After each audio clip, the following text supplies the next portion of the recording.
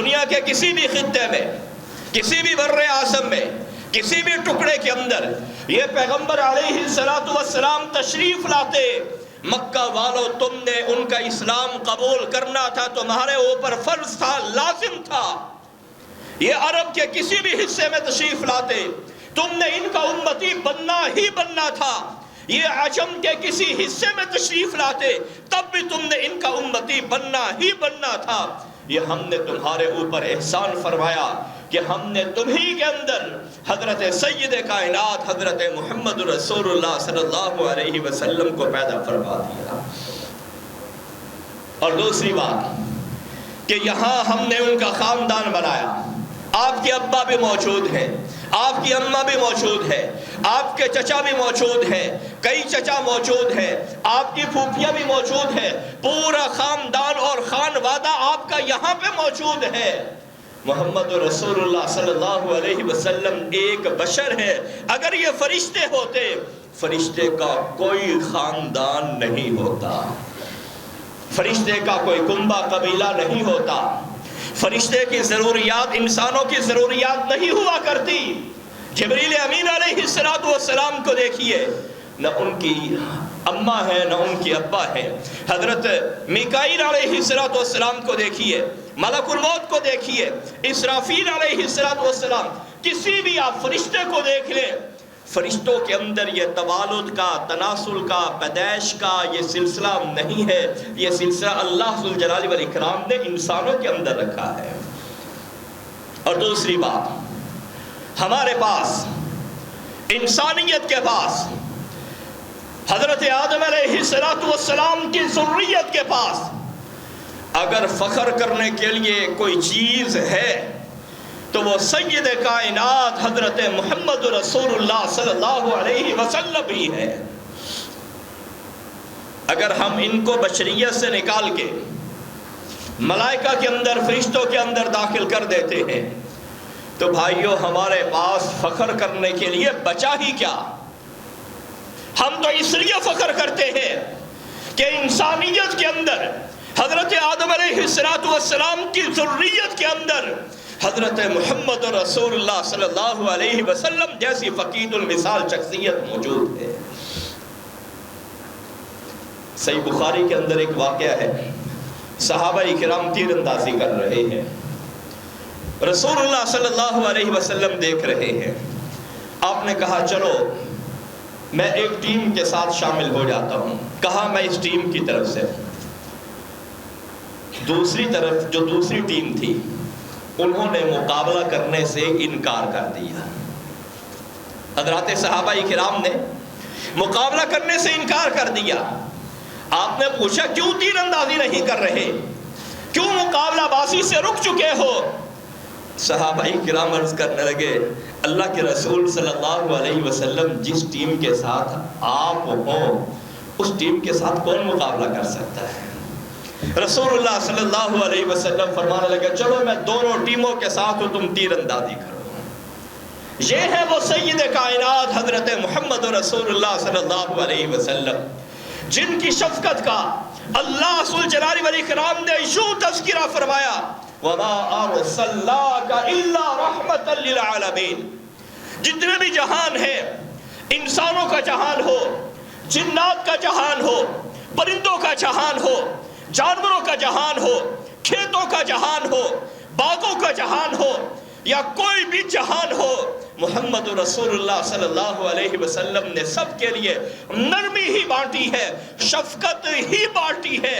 آپ نے انسانوں کے حقوق بیان کر کے انسانیت پہ شفقت کی، جانوروں کے حقوق بیان کر کے جانوروں پہ شفقت کی، پرندوں کے حقوق بیان کر کے پرندوں پہ شفقت کی، کھیتوں کے حقوق بیان کر کے باغوں کے حقوق بیان کر کے ان کے اوپر شفقت کی۔ کل کائنات میں جتنی بھی چیزیں ہیں محمد رسول اللہ صلی اللہ علیہ وسلم تمام کے لیے رحمت بن کے آئے۔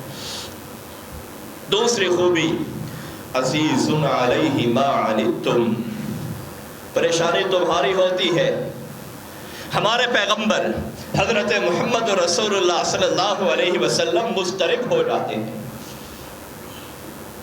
غم تمہارا ہوتا ہے، محمد رسول اللہ صلی اللہ علیہ وسلم پریشان ہو جاتے ہیں۔ یہی وہ پیغمبر ہے جن کی برکت سے اللہ ذوالجلال والاکرام نے 50 نمازوں میں سے 45 نمازوں کو معاف کر کے 5 نمازوں کو باقی رکھا. یہی پیغمبر علیہ السلام ہے. فرمایا تمہارے اوپر مشکل ہوتی ہے، مشقت ہوتی ہے، پریشانی ہوتی ہے، محمد رسول اللہ صلی اللہ علیہ وسلم بے چین ہو جاتے ہیں. ترجمہ کر کے پھر میں اپنی بات کو دوبارہ پیچھے پلٹتا ہوں. فرمایا حریص علیکم، یہ پیغمبر علیہ السلام تمہیں صراط مستقیم پر چلانے میں بڑے حریص ہے. آپ کی بڑی خواہش ہے لوگ صراط مستقیم پر چلے، جس کا اختتام، جس کی منزل، جس کا انجام جنت الفردوس ہے. فرمایا بالمؤمنین رؤوف الرحیم، مؤمنوں کے ساتھ نرمی کرنے والے ہیں اور رحم کرنے والے ہیں. نقطہ ہے، بتا کے بات کو آگے بڑھاتا ہوں. یہاں پہ رسول اللہ صلی اللہ علیہ وسلم کے لیے رحیم کا لفظ استعمال ہوا. رحیم، را حا یا میم، رحیم. اور اللہ ذوالجلال والاکرام کے لیے یہ لفظ استعمال ہوا بسم اللہ الرحمن الرحیم. دونوں میں کیا فرق ہے؟ زمین آسمان کا فرق ہے. بسم اللہ الرحمن الرحیم میں الرحیم کے اندر شروع میں الف لام ہے، معرف باللام، جس کا مطلب یہ ہے کہ جو الرحیم ہے وہ اکیلا اللہ ذوالجلال والاکرام ہے، اللہ کے علاوہ کوئی نہیں ہے.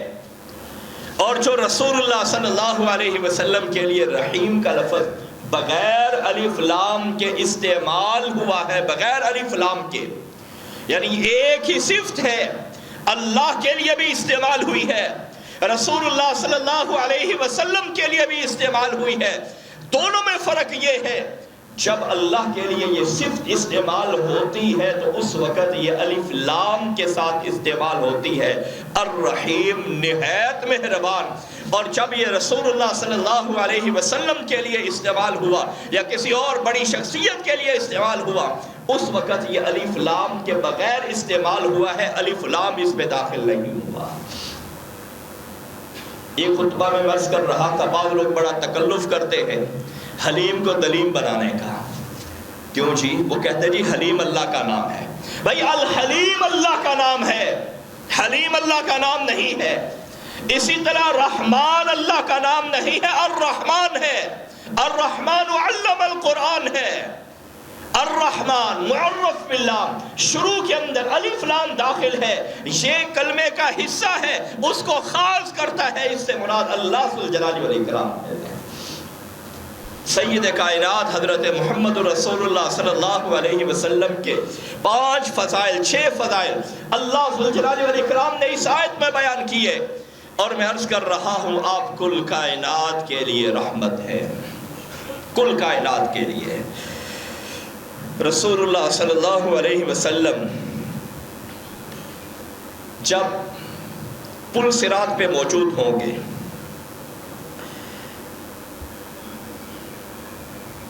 آپ صلی اللہ علیہ وسلم ارشاد فرماتے ہیں مجھ سے پہلے لوگ حضرت آدم علیہ السلام کے پاس جائیں گے کہ آپ ذرا سفارش کیجئے. وہ انکار کر دیں گے، وہ کہیں گے آپ اس طرح کیجئے کہ آپ نبیوں کے دادا میرے بیٹے ابراہیم علیہ السلام کے پاس جائیے. ان کے پاس جائیں گے، وہ کہیں گے میں سفارش نہیں کر سکتا، میں نے اپنے کافر ابا کے بارے میں اللہ سے بات کی تھی. وہ کہیں گے آپ اس طرح کیجئے، نوح علیہ السلام کے پاس جائیے. خلاصہ حضرت موسیٰ علیہ السلام کے پاس آئیں گے، حضرت عیسیٰ علیہ السلام کے پاس آئیں گے. صحیح مسلم کی روایت ہے 195 نمبر پہ، حضرت ابو ہریرہ اور حضرت حذیفہ بن یمان رضی اللہ تعالی عنہما 2 صحابہ اس کو بیان کرتے ہیں. وہ کہیں گے میں آپ کو صحیح پیغمبر کا رستہ بتاتا ہوں، اور وہ کس کی طرف رہنمائی کریں گے؟ سید کائنات حضرت محمد رسول اللہ صلی اللہ علیہ وسلم کی طرف رہنمائی کریں گے۔ جب رسول اللہ صلی اللہ علیہ وسلم کا نام نامی اسم گرامی آئے، دل کے اندر صلی اللہ علیہ وسلم ضرور پڑھیے، ضرور پڑھیے۔ ہم امتی ہیں، وہ ہمارے پیغمبر ہیں، جب ان کا نام آ جائے ہم مکروس ہو جاتے ہیں۔ ہمارا قرضہ یہ تب ادا ہوتا ہے جب ہم محبت کے ساتھ، بے انتہا عقیدت کے ساتھ صلی اللہ علیہ وسلم پڑھتے ہیں، تب جا کر ہمارا یہ قرض ادا ہوتا ہے۔ نبی کا یہ ہمارے اوپر، ایک امتی کے اوپر حق ہے کہ جب بھی اس کا نام اس میں گرامی آئے، محبت کے ساتھ اس کا نام، اس کے نام کے ساتھ صلی اللہ علیہ وسلم پڑھا جائے۔ رسول اللہ صلی اللہ علیہ وسلم ارشاد فرماتے ہیں، فَيَقُولُ فَيُؤْذَنُ لَهُ، میں کھڑا ہو جاؤں گا، مجھے اجازت دی جائے گی۔ پل صراط نہایت کٹھن مرحلہ ہے، لمبی حدیث ہے، بات کو مختصر کر کے بات کو میں آگے بڑھاتا ہوں۔ رسول اللہ صلی اللہ علیہ وسلم فرماتے ہیں، پل صراط کی ایک طرف امانت آ جائے گی، ان کا شکار کرے گی جو خیانت کرنے والے ہوں گے، اور پل صراط کی دوسری طرف رشتہ داری آ جائے گی، ان کا شکار کرے گی، ان کو جہنم میں گرائے گی جو رشتہ داری کو توڑتے ہیں۔ رسول اللہ صلی اللہ علیہ وسلم اس موقع پر یہ ارشاد فرمائیں گے، عرض کریں گے، ارشاد نہیں ہے، عرض کریں گے، اللہم ربی سلم سلم، اللہ سلامتی عطا فرما، اللہ سلامتی عطا فرما۔ یہ پیغمبر ہے جو کل کائنات کے لیے، جو وہاں سے گزرنے والے ہیں، تمام کے لیے سلامتی کی التجا کر رہے ہیں، اور یہی وہ پیغمبر ہے جو شفاعت عظمیٰ ہوگی، جس کو شفاعت کبریٰ کہا جاتا ہے، جو سب سے بڑی شفاعت ہے۔ کس چیز کی؟ کہ یا اللہ حساب شروع کر دے۔ رسول اللہ صلی اللہ علیہ وسلم کی اس سفارش کا، اس شفاعت کا کافروں کو بھی فائدہ ہوگا کہ کافروں کا بھی حساب جلدی شروع ہو جائے گا، اور میدان محشر کی جو سختیاں ہوں گی اس کا دورانیہ کم ہو جائے گا۔ اپنی امت کا جو فائدہ ہوگا سو ہوگا۔ اور امت کے بارے میں میدان محشر میں رسول اللہ صلی اللہ علیہ وسلم نے بیان کیا۔ امام بخاری رحمہ اللہ نے صحیح بخاری 7510 نمبر پہ لمبی حدیث بیان کی ہے۔ حضرت انس رضی اللہ تعالی عنہ کہتے ہیں، رسول اللہ صلی اللہ علیہ وسلم التجا کریں گے، یا ربی امتی امتی، اللہ میری امت کو بچا لینا، بڑی غافل تھی امت، بڑی بے خبر تھی امت، فرائض کا ترک کرنے والی تھی، محرمات کا، تیری حرام کردہ چیزوں کا ارتکاب کرنے والی تھی، تمام کوتاہیاں تسلیم ہیں، تمام جرائم کا اعتراف ہے، مگر اللہ میری امت پہ رحم فرمانا۔ اللہ ذوالجلال والاکرام نے ارشاد فرمائیں گے، انطلق فاخرج منہا من کان فی قلبہ مثقال شعیرۃ من ایمان۔ اے نبی صلی اللہ علیہ وسلم آپ جائیے جہنم کی طرف، ان میں جہنم میں سے ان لوگوں کو نکالیے جن کے دلوں میں ایک رائی کے دانے کے برابر بھی ایمان ہے۔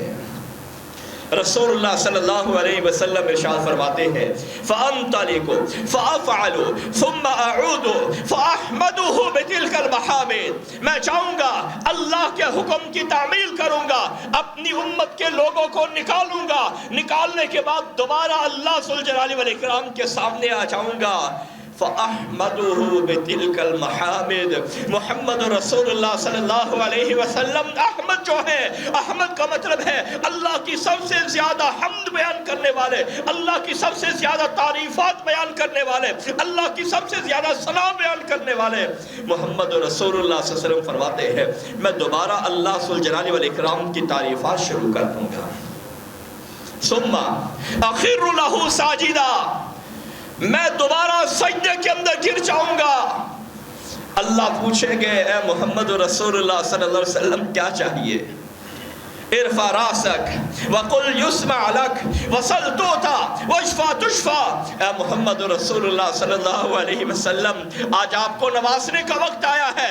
دنیا کو دکھانا چاہتے ہیں، کائنات کو دکھانا چاہتے ہیں، پوری انسانیت کو دکھانا چاہتے ہیں، جنات کو دکھانا چاہتے ہیں، فرشتوں کو دکھانا چاہتے ہیں کہ محمد رسول اللہ صلی اللہ علیہ وسلم کو ہم نے کیا رتبہ دیا ہے۔ آپ اپنا سر مبارک ذرا اوپر اٹھائیے، جو سوال کیجیے عنایت کیا جائے گا، جس کی سفارش کریں گے سفارش کو قبول کیا جائے گا، جو آپ بات کریں گے آپ کی بات کو سنا جائے گا۔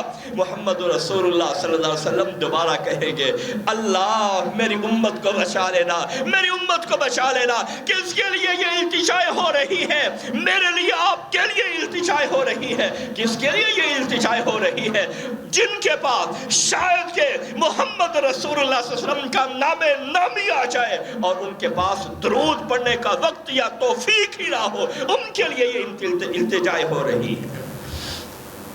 اللہ ذوالجلال والاکرام ارشاد فرمائیں گے، آپ جائیے جہنم میں اور جا کر اپنی امت کو دوبارہ نکالیے۔ محمد رسول اللہ صلی اللہ علیہ وسلم فرماتے ہیں میں دوبارہ جاؤں گا، نکال کے لاؤں گا۔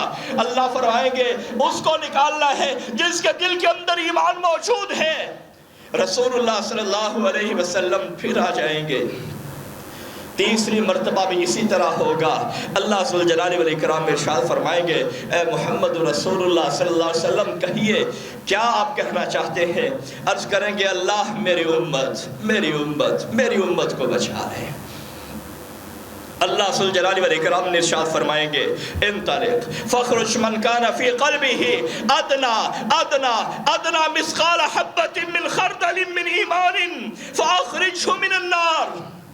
اے محمد رسول اللہ صلی اللہ علیہ وسلم دوبارہ جائیے، تیسری مرتبہ چاہیے اور جہنم سے ان امتیوں کو نکالیے جن کے دل کے اندر رائی کے دانے کا تیسرا حصہ موجود ہے، پورے رائی کا دانے کا نہیں، تیسرا حصہ، صرف تیسرا حصہ موجود ہے، ان کو جہنم سے نکالیے۔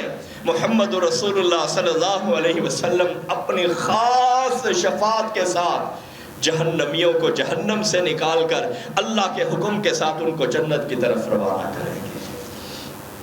یہ ہے پیغمبر علیہ الصلوۃ والسلام۔ اللہ اکبر۔ سیدنا ابو ذر غفاری رضی اللہ تعالی عنہ کی حدیث ہے، مسند احمد 21328 نمبر پر موجود ہے۔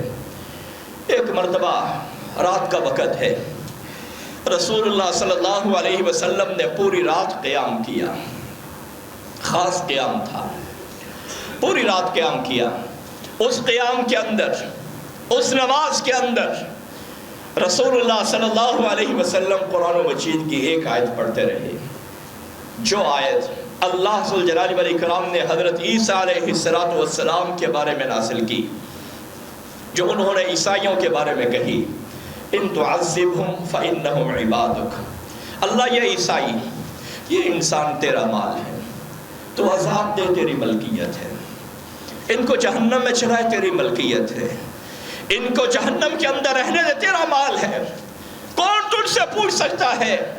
وَإِن تَغْفِرْ لَهُمْ، اللہ اگر تو ان کو معاف کر دے تو یہ تیری معافی بے بسی کی وجہ سے نہیں ہے، یہ عاجزی کی وجہ سے نہیں ہے کہ اتنی انسانیت کو میں کیسے عذاب دوں، یا یہ اکٹھے ہو کر میرے خلاف کوئی سازش نہ تیار کر لے، کوئی کسی بغاوت کا ارادہ نہ کر لے۔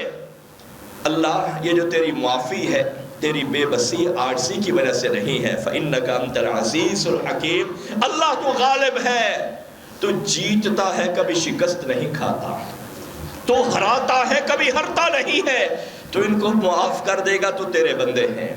رسول اللہ صلی اللہ علیہ وسلم قیام کر رہے ہیں، صحیح روایت ہے، آپ یہی پڑھے جا رہے ہیں اپنی امت کے بارے میں۔ حضرت ابو ذر غفاری بیان کرتے ہیں رسول اللہ صلی اللہ علیہ وسلم نے رکوع میں جاتے ہیں، رکوع کے اندر بھی آپ یہی پڑھ رہے ہیں، اللہ یہ تیرے بندے ہیں، اگر تو ان کو عذاب دے تو یہ تیرے بندے ہیں، اگر ان کو معاف کر دے تو بھرپور غالب ہے، بے انتہا حکمتوں والا ہے۔ رسول اللہ صلی اللہ علیہ وسلم سجدے کے اندر جاتے ہیں، سجدے کے اندر بھی آپ قرآن و مجید کی یہ آیت بطور دعا پڑھتے ہی چلے جا رہے، پڑھتے چلے جا رہے۔ صبح ہوئی، رسول اللہ صلی اللہ علیہ وسلم سے حضرت ابو ذر غفاری رضی اللہ تعالی عنہ سوال کرنے لگے، اللہ کے رسول صلی اللہ علیہ وسلم، آپ پوری رات نماز میں قیام کے اندر بھی، رکوع کے اندر بھی، سجدے کے اندر بھی یہ پڑھتے رہے۔ دوسری حدیث کو ساتھ ملائیے، رسول اللہ صلی اللہ علیہ وسلم یہ پڑھ رہے ہیں، نماز سے فارغ ہوئے، فرفع یدیہ، رسول اللہ صلی اللہ علیہ وسلم نے اپنے ہاتھوں کو بلند کیا، اور یارو دیکھو رسول اللہ صلی اللہ علیہ وسلم کا میرے بارے میں احساس، آپ کے بارے میں احساس۔ پیغمبر علیہ السلام نے میرے بارے میں کیا کیا، آپ کے بارے میں کیا کیا، پوری امت کے اندر جتنے بھی محمدی ہیں، رسول کے غلام ہیں، ان کے لیے کیا کیا، اور کیا ہم رسول اللہ صلی اللہ علیہ وسلم کے لیے درود پڑھتے ہیں کہ نہیں پڑھتے؟ آذان سننے کے بعد کیا ہم درود ابراہیمی پڑھتے ہیں کہ نہیں پڑھتے؟ دعائے وسیلہ جو ہے، اللہم رب ھذہ الدعوۃ التامہ والصلاۃ القائمہ، یہ پوری دعا پڑھتے ہیں کہ نہیں پڑھتے؟ ہم نے پیغمبر علیہ السلام کے لیے کیا کیا ہے؟ یہ سوال ہے، اس کو ذرا سوچئے، اپنے دماغوں میں اس کو جگہ دیجئے۔ رسول اللہ صلی اللہ علیہ وسلم رو رہے ہیں، اللہم امتی امتی وبکا۔ یہ صحیح مسلم کی روایت ہے 202 نمبر پہ، اللہ میری امت کا خیال رکھنا، میری امت کا خیال رکھنا۔ آپ رو رہے ہیں۔ اللہ ذوالجلال والاکرام نے جبریل امین علیہ السلام کو کہا ہے، جبریل اذهب الى محمد صلی اللہ علیہ وسلم وربک اعلم فصلہ ما یبکیک، تم ابھی جاؤ، اسی وقت جاؤ، زمین پر جاؤ، محمد رسول اللہ صلی اللہ علیہ وسلم سے جا کر پوچھئے کہ کیوں رو رہے ہیں۔ فرمایا حالانکہ اللہ کو خوب معلوم ہے، محمد رسول اللہ صلی اللہ علیہ وسلم کو علم ہے کہ امت بڑی نالائق ہونی ہے، بڑی غافل ہونی ہے امت۔ یہ ہماری غفلت ہی ہے، ہم کسی کام کو چھوڑتے یہی کہہ دیتے ہیں چلو جی یہ سنت ہی ہے نا، یہ کون سا فرض ہے؟ بھئی رسول کی قدر کو ہم نے کیا جانا ہے، رسول کو ہم نے کیا رتبہ دیا ہے؟ لوگ سوال کرتے ہیں جی رفع الیدین کے بغیر نماز ہو جاتی ہے؟ بھئی سنت ہے، نماز ہو جاتی ہے، لیکن ہم نے رسول کا کیا احترام کیا، رسول کے رستے پر ہم کیا چلے ہیں؟ آپ نے جو بات ارشاد فرمائی ہے، صحیح بخاری کی روایت ہے، حضرت مالک بن حویرث کی لمبی روایت ہے، آپ نے فرمایا صلو کما رأیتمونی اصلی، تم اپنے گھروں میں 20 دن کا مجھ سے تربیت کا سبق لے کے، دین سیکھنے کے بعد اپنے گھروں میں جا رہے ہو، اصحاب صفہ میں شامل ہونے کے بعد اپنے علاقوں میں پلٹ رہے ہو، جا کر اس طرح نماز پڑھنا جس طرح مسجد نبوی میں محمد رسول اللہ صلی اللہ علیہ وسلم کو نماز پڑھتے ہوئے دیکھا ہے۔ ہم نے کیا قدر کی ہے رسول علیہ السلام کی سنت کی؟ جبریل امین اللہ ذوالجلال والاکرام کے پاس پہنچے اور عرض کرنے لگے، اللہ کے رسول صلی اللہ، اے اللہ، محمد رسول اللہ صلی اللہ علیہ وسلم اپنی امت کے لیے بڑے فکر مند ہیں۔ اللہ ذوالجلال والاکرام نے کہا، اے جبریل دوبارہ چاہیے، اذهب الى محمد صلی اللہ علیہ وسلم فقل انا سنرزیک فی امتک ولا نسوک، دوبارہ چاہیے محمد رسول اللہ صلی اللہ علیہ وسلم سے کہیے آپ کی امت کے بارے میں ہم آپ کو خوش کر دیں گے، آپ کو پریشان نہیں ہونے دیں گے۔ اللہ ذوالجلال والاکرام نے سورہ ضحیٰ میں جو بات ارشاد فرمائی ہے کہ وَلَسَوْفَ يُعْطِيكَ رَبُّكَ فَتَرْضَىٰ، آپ کے رب کی طرف سے آپ پہ نوازشات کے انبار لگ جائیں گے، اتنے انبار لگیں گے کہ آپ خوش ہو جائیں گے، راضی ہو جائیں گے کہ اللہ ذوالجلال والاکرام نے واقعتاً ہی اپنے وعدوں کو پورا کر دکھایا۔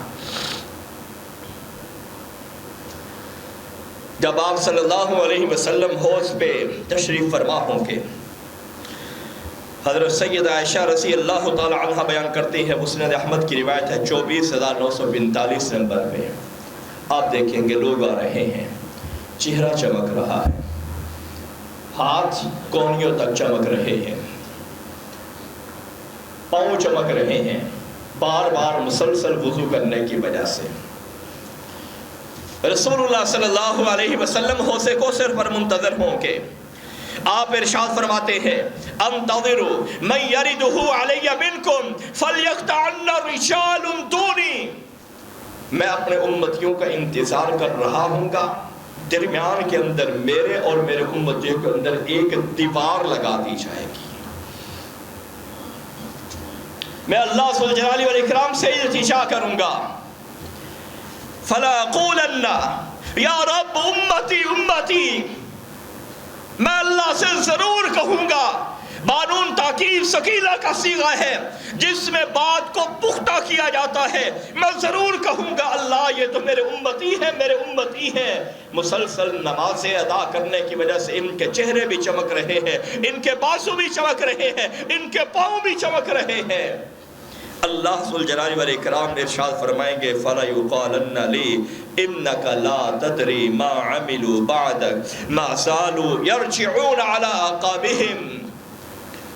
اے محمد رسول اللہ صلی اللہ علیہ وسلم، یہ حدیث صحیح مسلم کے اندر بھی ہے، آپ کو نہیں معلوم انہوں نے آپ کے دین کے اندر کیا کیا تبدیلیاں کی ہیں، اور یہ ایسے لوگ ہیں جو آپ کے بعد مرتد ہو گئے تھے، آپ کے دین کو چھوڑا تھا. صحیح مسلم کے اندر یہ الفاظ ہے اِنَّكَ لَا تَدْرِي مَا أَحْدَثُوا بَعْدَكَ.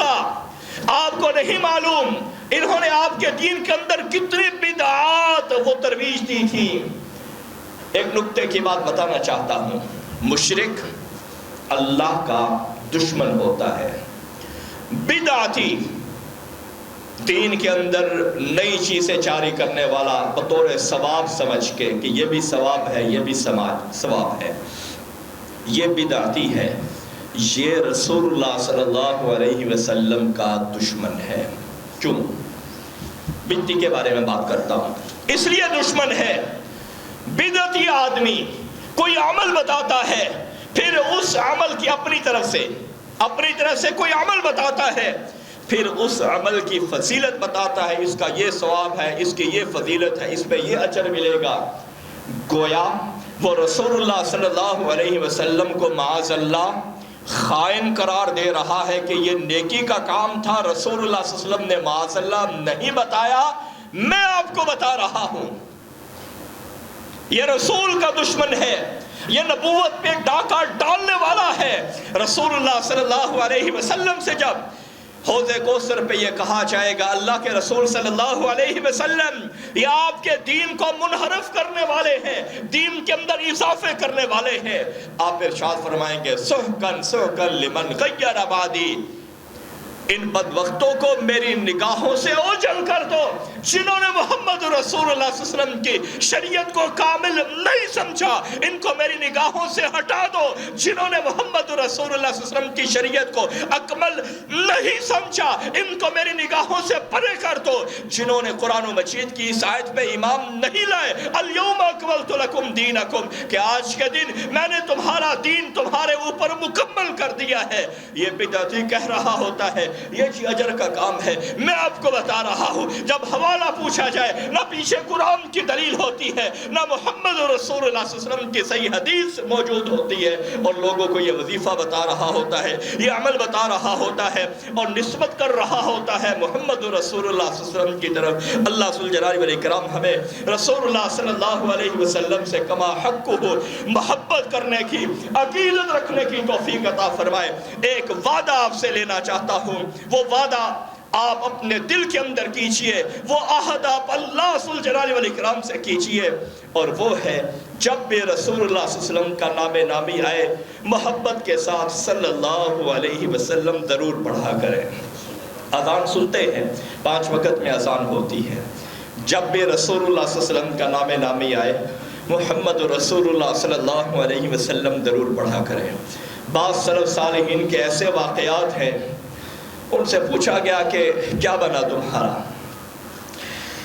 کہنے لگے اللہ ذو الجلال والاکرام نے معاف کر دیا، زندگی کے پاپ دھو ڈالے، غفلتیں معاف کر دی، جو اس کی حدود کو پامال کیا اللہ نے سب ان کو معاف کر دیا، اعراض کر دیا، اس سے نگاہیں پھیر لی جیسے یہ کام ہی نہیں ہوا، یہ گناہ ہی نہیں ہوا. پوچھا نیکی کیا تھی؟ کہنے لگے کہ نیکی یہ تھی جب بھی محمد رسول اللہ صلی اللہ علیہ وسلم کا نام آیا محبت کے ساتھ صلی اللہ علیہ وسلم لکھ دیا. یہی نسبت اللہ کو اتنی پسند آئی کہ اللہ ذوالجلال والاکرام نے جنتی بنا دیا. اللہ تعالی ہم سب کو جنتی بنائے.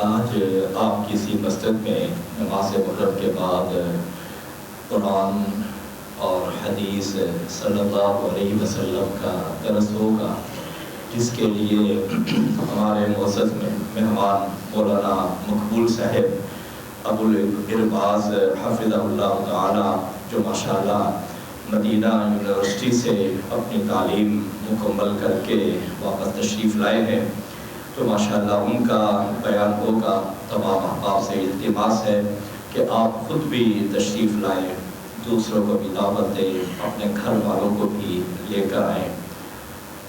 اگر ہم نے جنت جانا ہے تو یہی خیر خواہی دوسروں کے ساتھ بھی رکھیے. ان الحمد للہ نحمده ونستعینه ونستغفره ونعوذ باللہ من شرور انفسنا ومن سیئات اعمالنا من يهده الله فلا مضل له ومن يضلل فلا هادي له. اشهد ان لا اله الا الله وحده لا شريك له واشهد ان محمدا عبده ورسوله صلی اللہ علیہ وسلم. نہ چاہتے ہوئے بھی وقت زیادہ لے لیتا ہوں، اس پر میں آپ سے معذرت خواہ ہوں. بس احباب موجود ہوتے ہیں، چاہتا ہے کہ دل کی باتیں آپ سے کروں اور کرتا ہی رہوں، لیکن آپ کا وقت بھی ملحوظ رہتا ہے. آج کے جمعے کا خلاصہ یہ ہے